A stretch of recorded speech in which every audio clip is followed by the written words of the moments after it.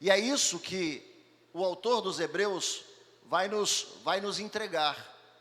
Exemplos de pessoas que deixaram uma marca de fé e de encorajamento, e eles se transformaram, como diz lá em Hebreus, com uma nuvem, já no capítulo 12, uma nuvem de testemunho. Porque é assim que ele diz, né? Deixai de todo embaraço, né? Diante dessa nuvem de testemunhas, deixai de todo embaraço e o pecado que tão de perto te assola, e olhai para Jesus, autor e consumador da nossa fé. Então a nossa intenção nessa série, nessa jornada que a gente vai, sabe, não vamos poupar até dezembro nenhum dos que estão ali. Nós vamos entender cada culto, o que cada um representa naquela galeria de heróis e para nós. E hoje o nosso desafio é entender o papel de Abel, que é o primeiro a ser classificado aqui nessa galeria de heróis da fé, do capítulo 11 de Hebreus, e depois à noite, Enoque. E aí eu estava orando a Deus essa semana, falando assim: Deus, pregar sobre Enoque é difícil, porque a única coisa que se diz de Enoque é que andou com Deus e não foi mais achado.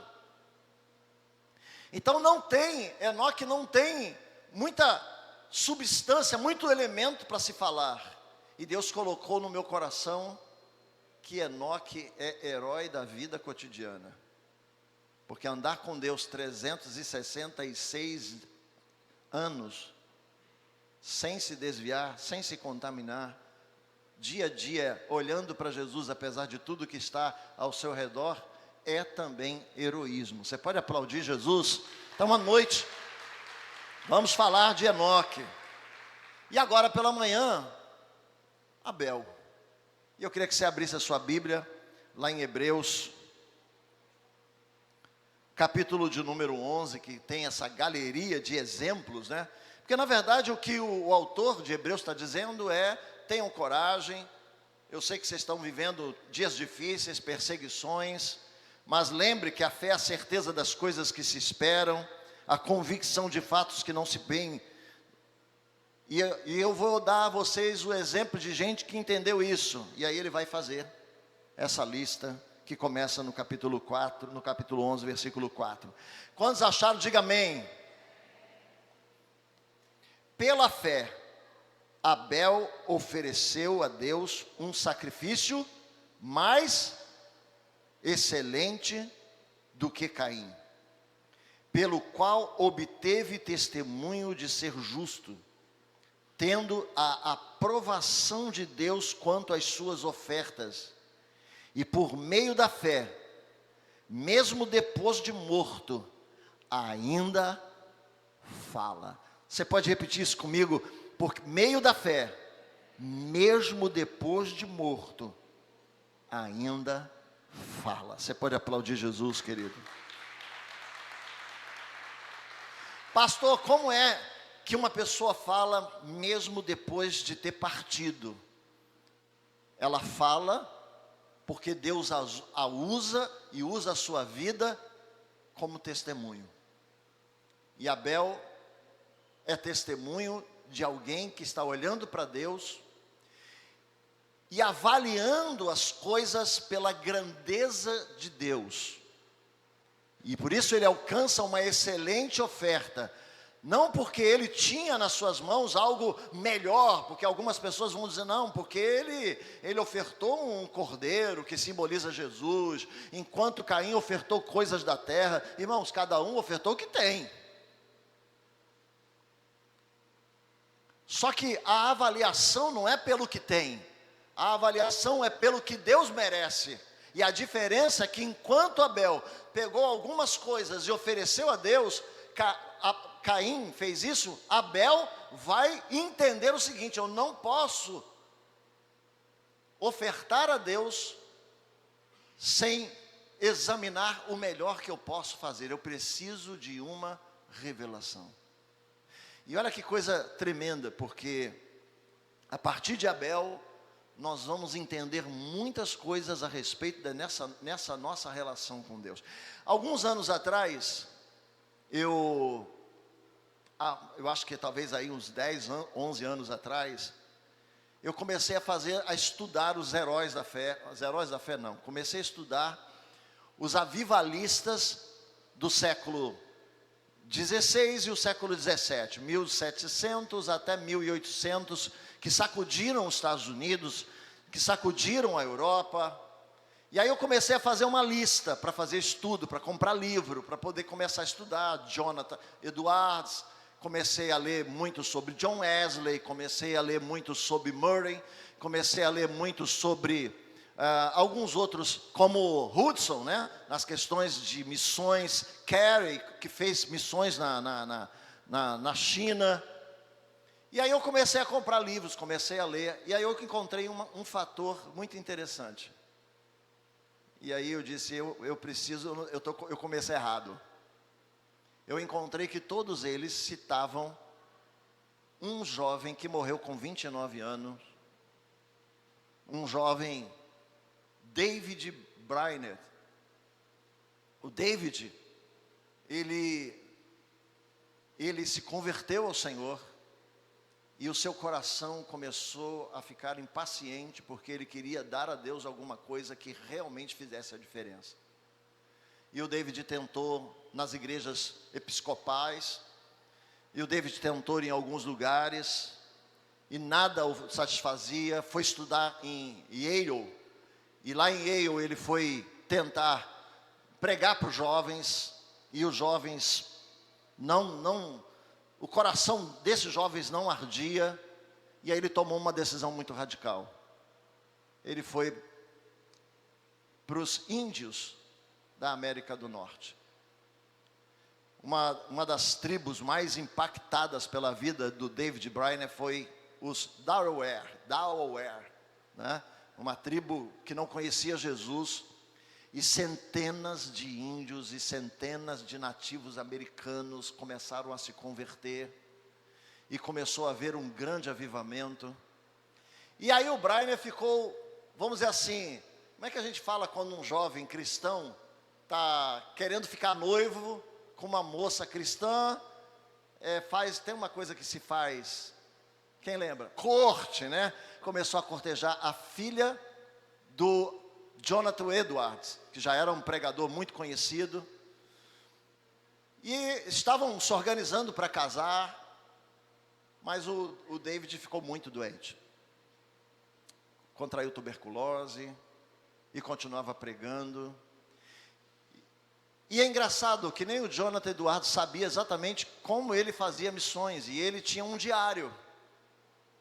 E ele escrevia todos os dias no diário o que ele fazia no campo de missões. Quantas vezes ele quase morreu pela mão dos índios. Quantas vezes ele, doente, com febre, foi pregar o evangelho. E ele escrevia todas essas coisas no seu diário.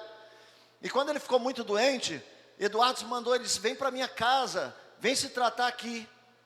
E quando ele partiu na casa do Jonathan Edwards, do futuro sogro, foi que Jonathan foi ler o diário do David Brainerd.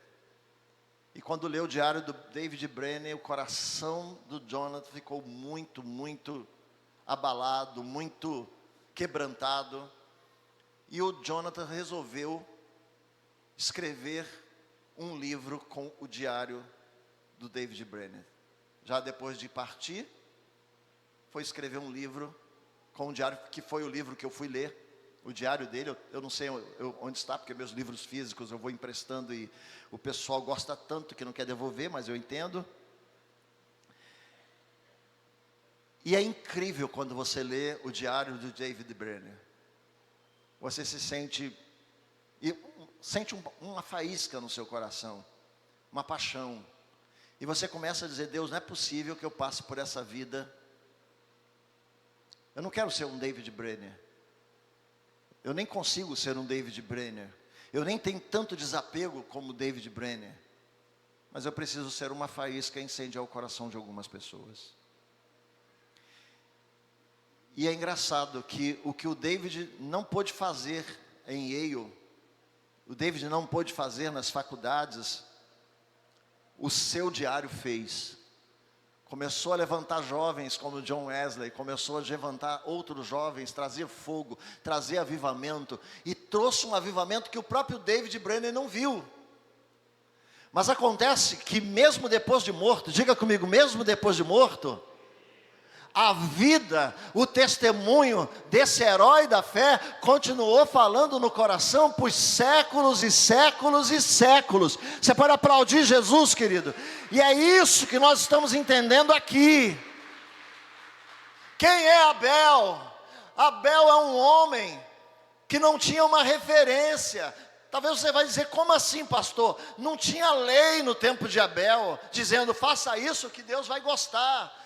Não tinha culto, não tinha referência. Abraão ainda não estava lá, não tinha ninguém. Então, sabe, querido, Abel tinha o coração, sabe, invadido por uma tremenda gratidão, mas ele não tinha uma referência e ele precisou buscar uma revelação. E a coisa que eu quero dizer para você é que se o seu coração for grato, se o seu coração for apaixonado, se você entender o lugar de Deus, se você se apaixonar pelo Senhor e não apenas pelas coisas que te traz conforto, Deus te trará uma revelação de onde e como você pode servir e tornar sua vida um testemunho. Você pode glorificar o Senhor e dizer, Senhor, eu quero ser um testemunho. Talvez você vai lembrar o que diz o Salmo 112, 116, 112, pronto, deu ruim agora, 116, 12. O que darei ao Senhor por todos os seus benefícios? Isso tem que arder no nosso coração. Você pode levantar as suas mãos e dizer, Deus, me mostra, porque eu tenho vontade de fazer da minha vida uma vida que o Senhor possa transformar em testemunho. Senhor, me usa. Eu quero que mesmo, Senhor, ó Deus amado, lugares que eu ainda não fui, o meu testemunho chegue e possa transformar a vida de alguém. Você sabe, queridos, eu não me lembro, não, acho que a Márcia não estava comigo, eu fui orar junto com a equipe, num lugar em Betânia, onde Jesus, onde Lázaro morava. Lá em Betânia tem uma cúpula, um lugar para oração que é fantástico,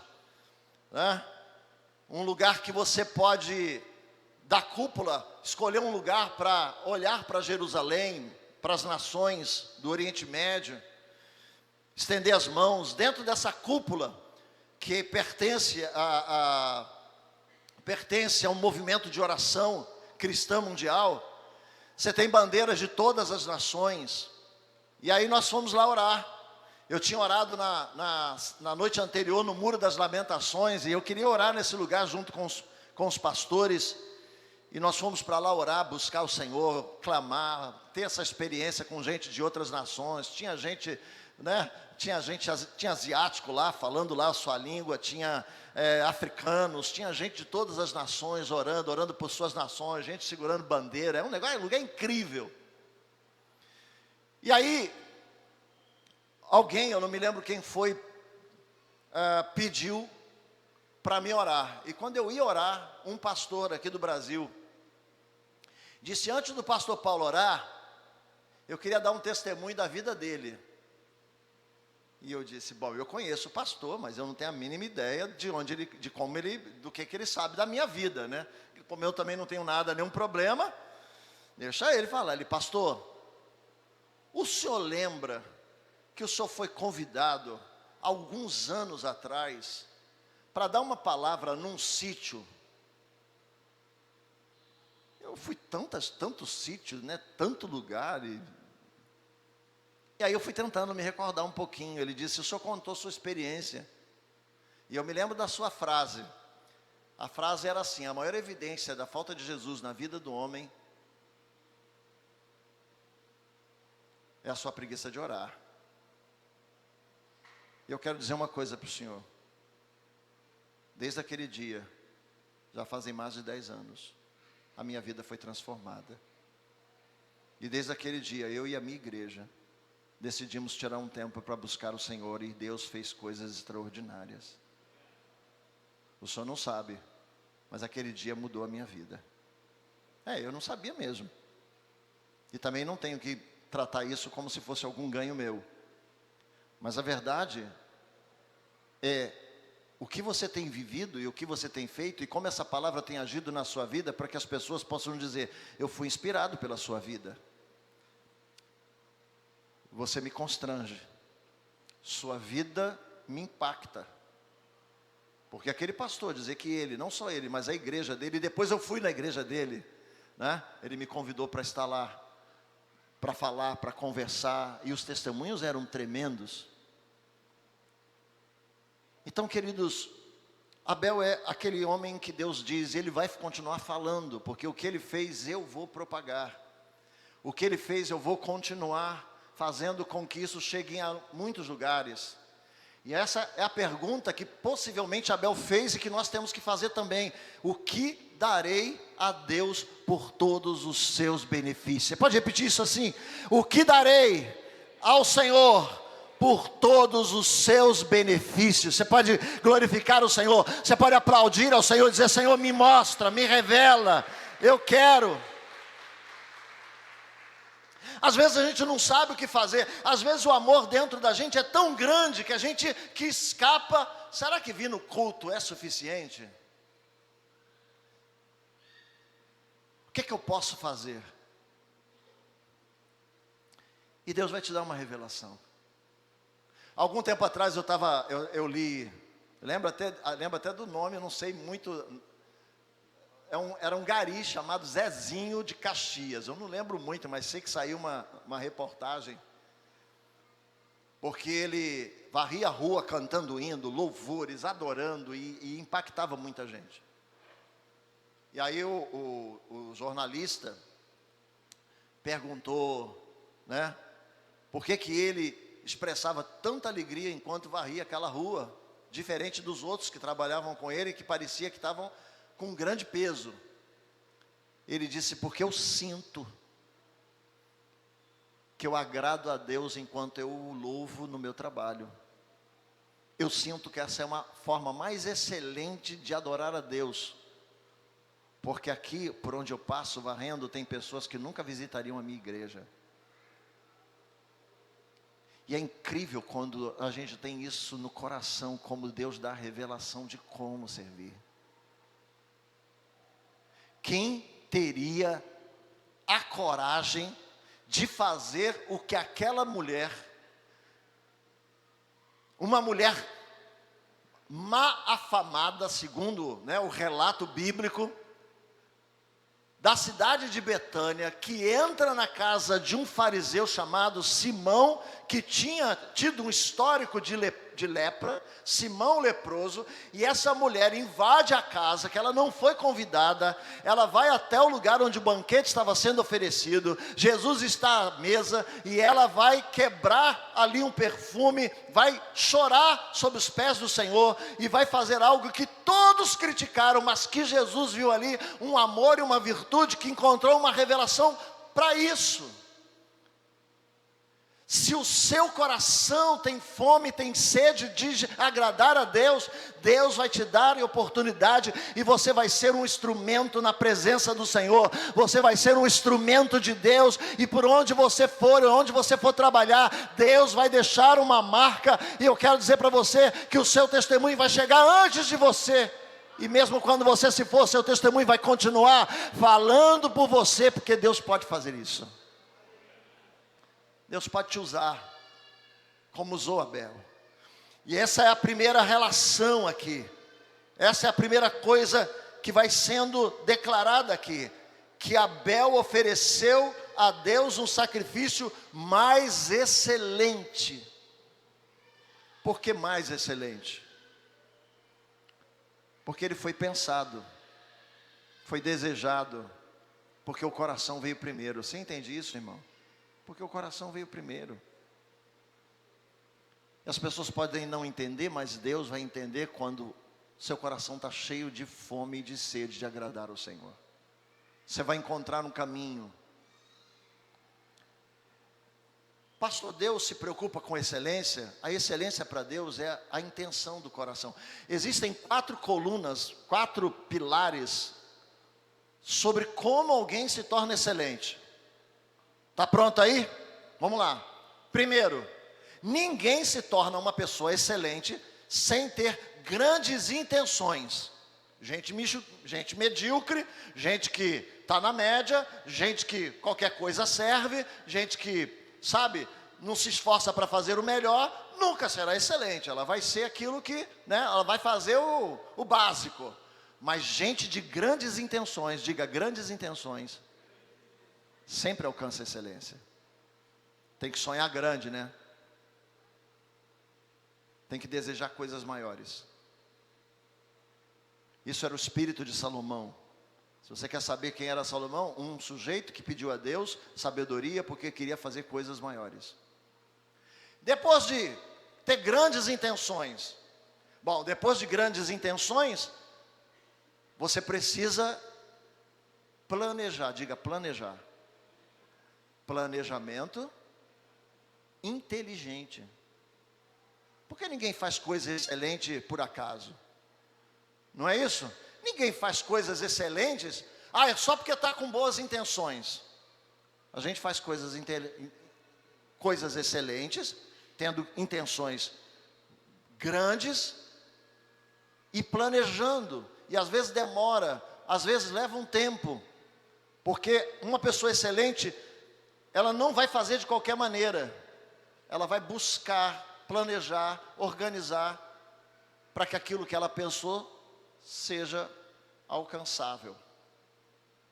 E depois, irmão, uma pessoa excelente, repita comigo, uma pessoa excelente, tem grandes intenções, planeja, mas se esforça sinceramente, diga, esforço sincero.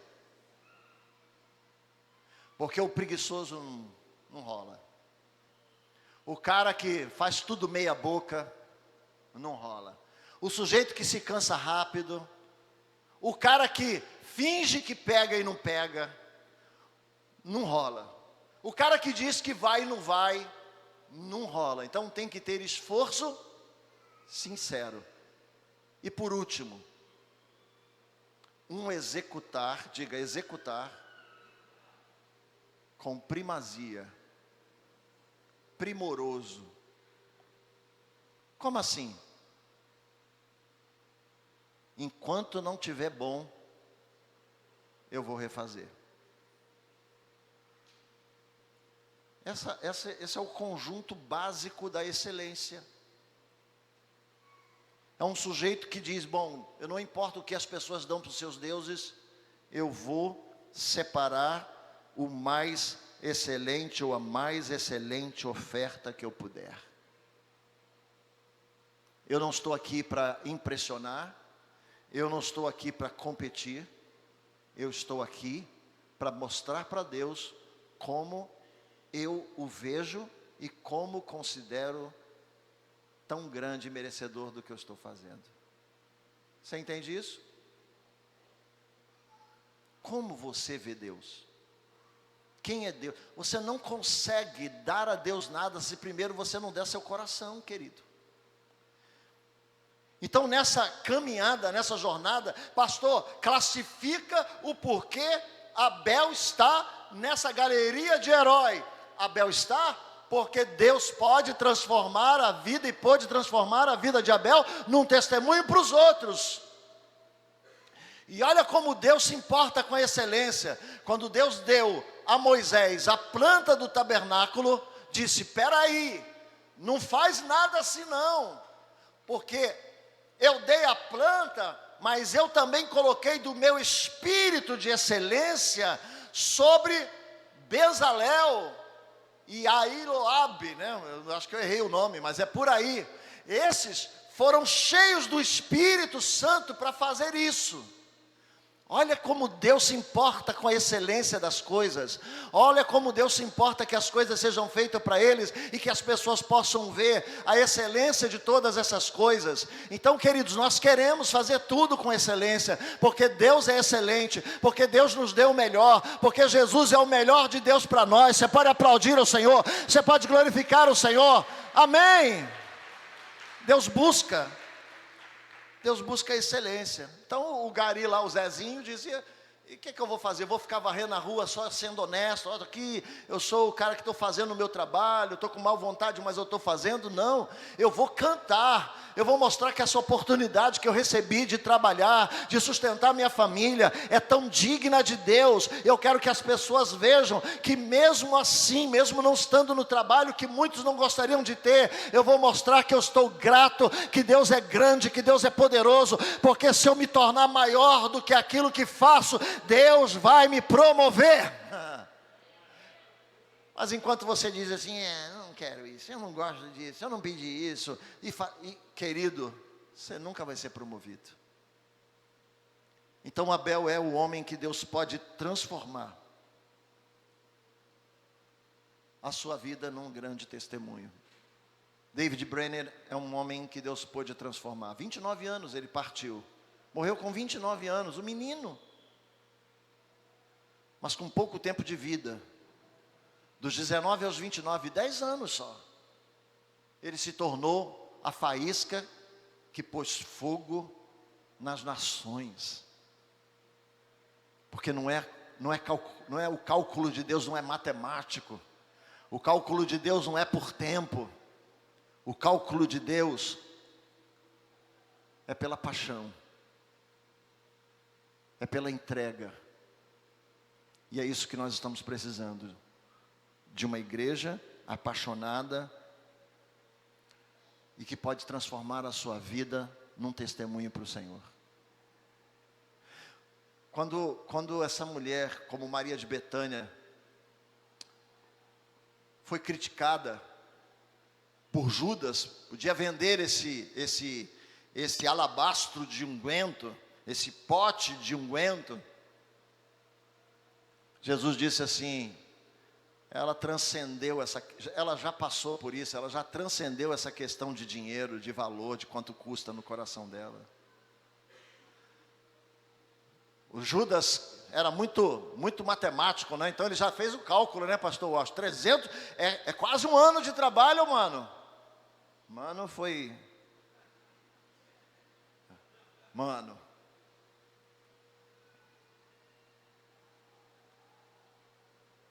E aí Jesus está dizendo, ela não faz esse tipo de cálculo.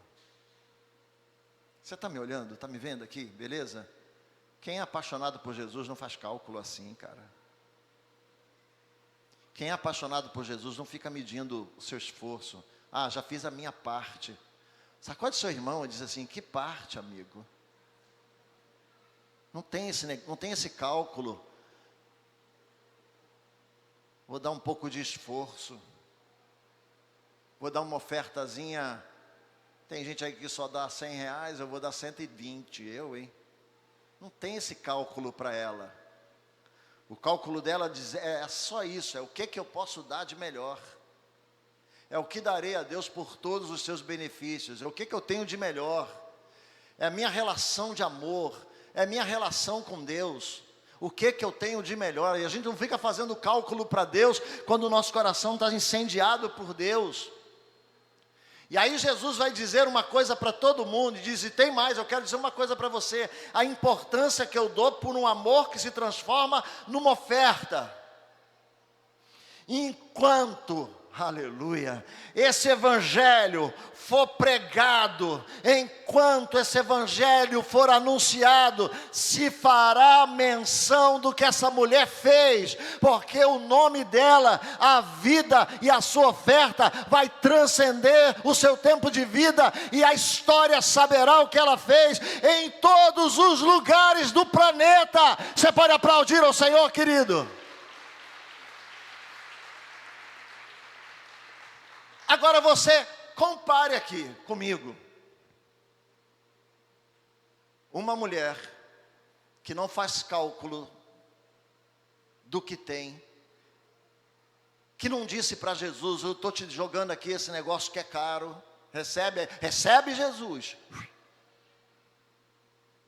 Para um crente que não sabe fazer nada sem botar na internet.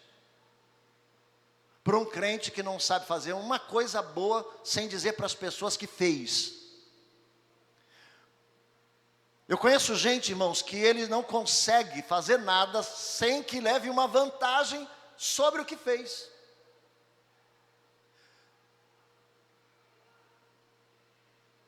Ele não sabe ficar calado. Pastor, mas Jesus disse que a mão direita não deve saber o que a esquerda fez, mas não consegue. Porque as pessoas precisam saber que fui eu que dei.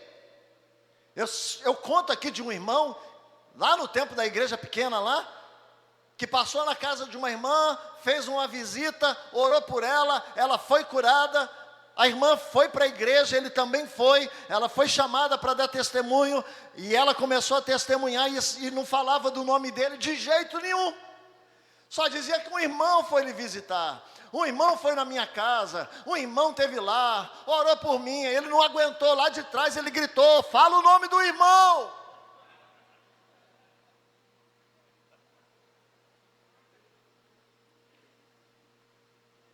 Aí eu baixei a cabeça e disse, puxa, perdeu uma bênção.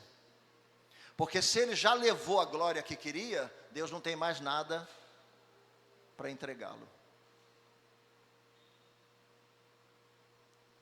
Se o que você faz é para que as pessoas vejam, beleza, continue fazendo, continue colocando na rede, continue batendo no peito, continue trombetando,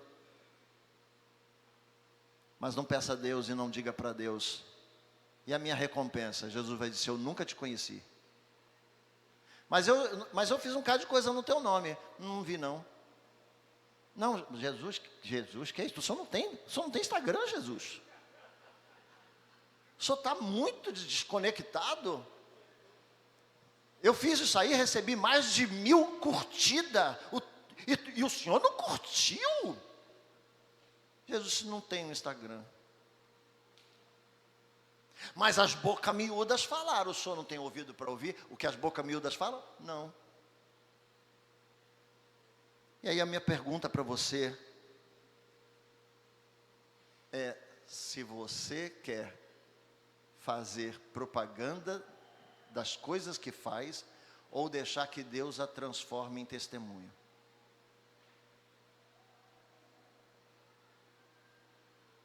Você sabe que, eu vou terminar, tá? Você sabe que Ruth ficou surpresa quando Boaz e os servos de Boaz começaram a falar sobre o que ela fez. Chegou aqui a notícia de que você não desamparou Noemi, sua sogra. Nós sabemos o que você fez.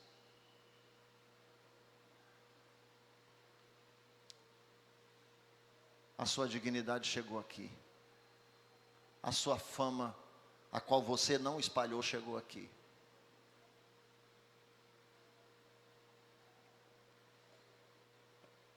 Sabe quando... Oi, estou terminando.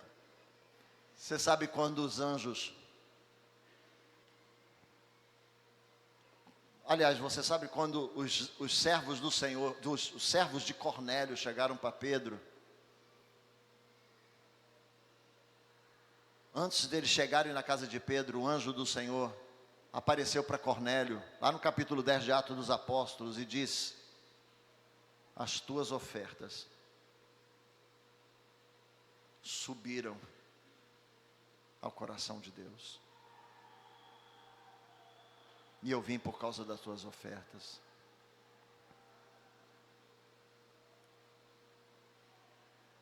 E todo o movimento de Deus foi porque Cornélio não precisou fazer nada para divulgar o que fez. Abel continua falando. Você crê nisso? Abel continua falando.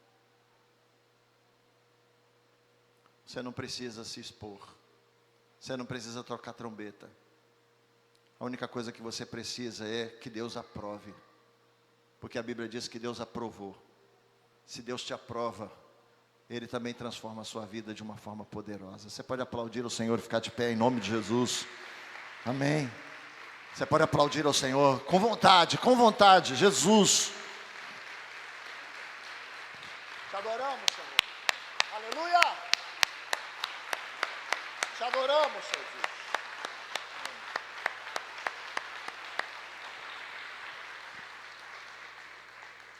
E continuou falando, e chegou em Hebreus, para consolar o povo, a história linda e poderosa de um homem que viveu pouco, assassinado pelo seu irmão, e que recebeu uma honra poderosa de Deus, porque o que ele fez foi embasado pelo um coração que estava entregue. Diga comigo, antes de entregar a oferta, ele entregou o coração. E é porque entregou o coração que a revelação veio. Que nessa manhã, a vida de Abel nos faça pensar um pouquinho. A vida de Abel nos torne até mais inteligente. E você possa dizer, se eu for publicar, se eu vou ficar por aí dizendo o que eu fiz, se todo mundo tem que saber o que eu fiz, eu vou perder a minha recompensa. Eu tenho que escolher o que eu quero. Aplausos, elogios, ou Deus mudando a minha vida e transformando o que eu fiz num testemunho que possa tocar a vida das outras pessoas. Você precisa escolher. E naquele grande dia não adianta dizer para Jesus, Senhor, em teu nome, cadê a minha recompensa? Porque em teu nome eu fiz um bocado de coisitas. Porque isso não tem memória diante do Senhor, se o seu coração era um coração apenas buscando elogios e aplauso dos homens. Senhor, muito obrigado por essa manhã, seja bem-vindo Espírito Santo. Nós temos uma caminhada muito ousada, nós temos uma caminhada muito poderosa, de uma fé ativa, e eu quero te pedir no nome de Jesus Cristo, Senhor a Deus amado, que cada um, Senhor a Deus, que venha ministrar sobre essa sequência, Senhor a Deus, seja transportado para a essência do que diz a tua palavra, o porquê cada herói da fé está ali, qual é, Senhor a Deus, a tua intenção, o que o Senhor vai fazer, ó Deus amado, com cada vida naquele lugar. Senhor, ó Deus amado, que nessa manhã o teu Espírito enche essa igreja, que nessa manhã haja paixão, que nessa manhã haja um desejo enorme de dizer para Deus, Senhor, usa-me. Eu quero ser como um vaso na mão do olheiro. Eu quero ser, Senhor, ó Deus, alguém, Pai querido, que o Senhor possa usar poderosamente, cuja palavra, cujo espírito, cujo testemunho o Senhor possa usar como instrumento para tocar a vida de outras pessoas. Senhor, o que o autor da carta aos Hebreus estava preocupado com aqueles que estavam retrocedendo, e ele precisava despertá-los, ele precisava encorajá-los, ele precisava dizer a eles, pessoas como vocês viveram e romperam e transcenderam no meio de muitas lutas e batalhas. Olha Abel, olha Enoque. Enoque não fez nem coisas, não foi acompanhado por exércitos, nunca pegou espada, não foi para uma guerra, não construiu templos, não fez nada que os outros heróis tenham feito, mas ele andou consistentemente com Deus todos os dias, uma fé perseverante, uma fé consistente. Espírito Santo, seja bem-vindo. Espírito Santo, seja bem-vindo, seja bem-vindo, seja bem-vindo, seja bem-vindo, seja bem-vindo. Você pode pôr a mão sobre o seu coração e dizer, Deus me ajuda, Deus me liberta da necessidade de elogios, me liberta da necessidade de visibilidade, de apreciação humana. Eu preciso entender, assim como David Brenner, Senhor Deus, que eu posso incendiar com a minha vida, com a minha história, mas eu não preciso me preocupar de propagar isso, porque o Senhor faz a minha voz ir longe. Seja bem-vindo Espírito Santo, seja bem-vindo Espírito Santo, seja bem-vindo, seja bem-vindo Espírito, seja bem-vindo, seja bem-vindo.